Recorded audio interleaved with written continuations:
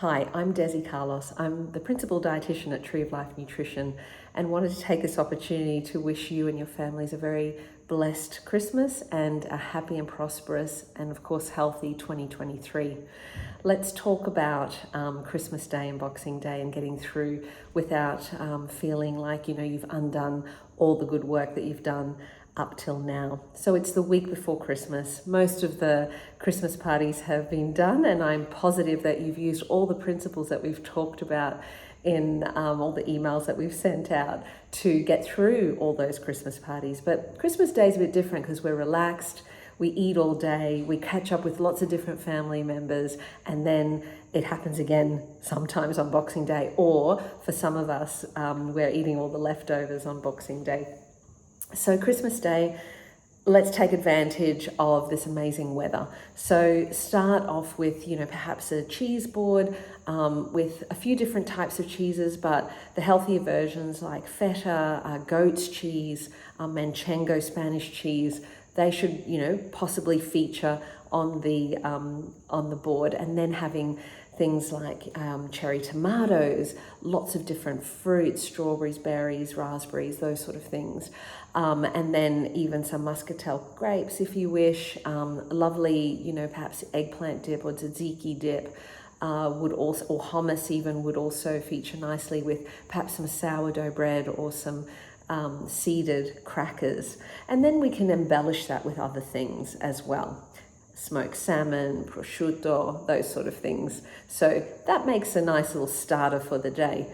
If you're having Christmas breakfast, then of course, you could have eggs done in poached or scrambled, and smoked salmon and cream cheese on sourdough bread, or feta even. So with lots of vegetables like mushroom, spinach, tomato, or any other vegetables left over from the night before. So that'd be a nice little starter. Or you could do some home cooked pancakes and then top that with fruit and ricotta cheese and some sugar-free maple syrup or a drizzle of honey perhaps. So there's some nice little breakfast ideas for you. Even having a homemade granola with some low-fat Greek yogurt and lots of beautiful fresh Queensland fruit for the summer season.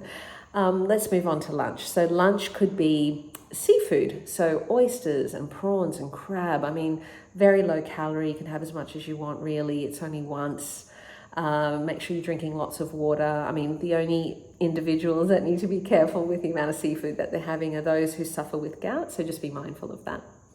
So moving on from seafood, if you love your traditional Christmas lunches, then you'll bake, a turkey or a ham or a chicken. And so remove all the fat. The biggest issue here is not having Christmas Day indulgence. It's all about what's left over afterwards. So if you've got lots of meat left over, slice it up and freeze it and use it as sandwich meat or salad meat. For future, don't feel like you need to eat it all in one go. Lots of different salads, and we've got plenty of salads in our Mediterranean cookbooks, both book 1 and book 2. We've also got recipes that are coming through on your emails that will help you with salad choices.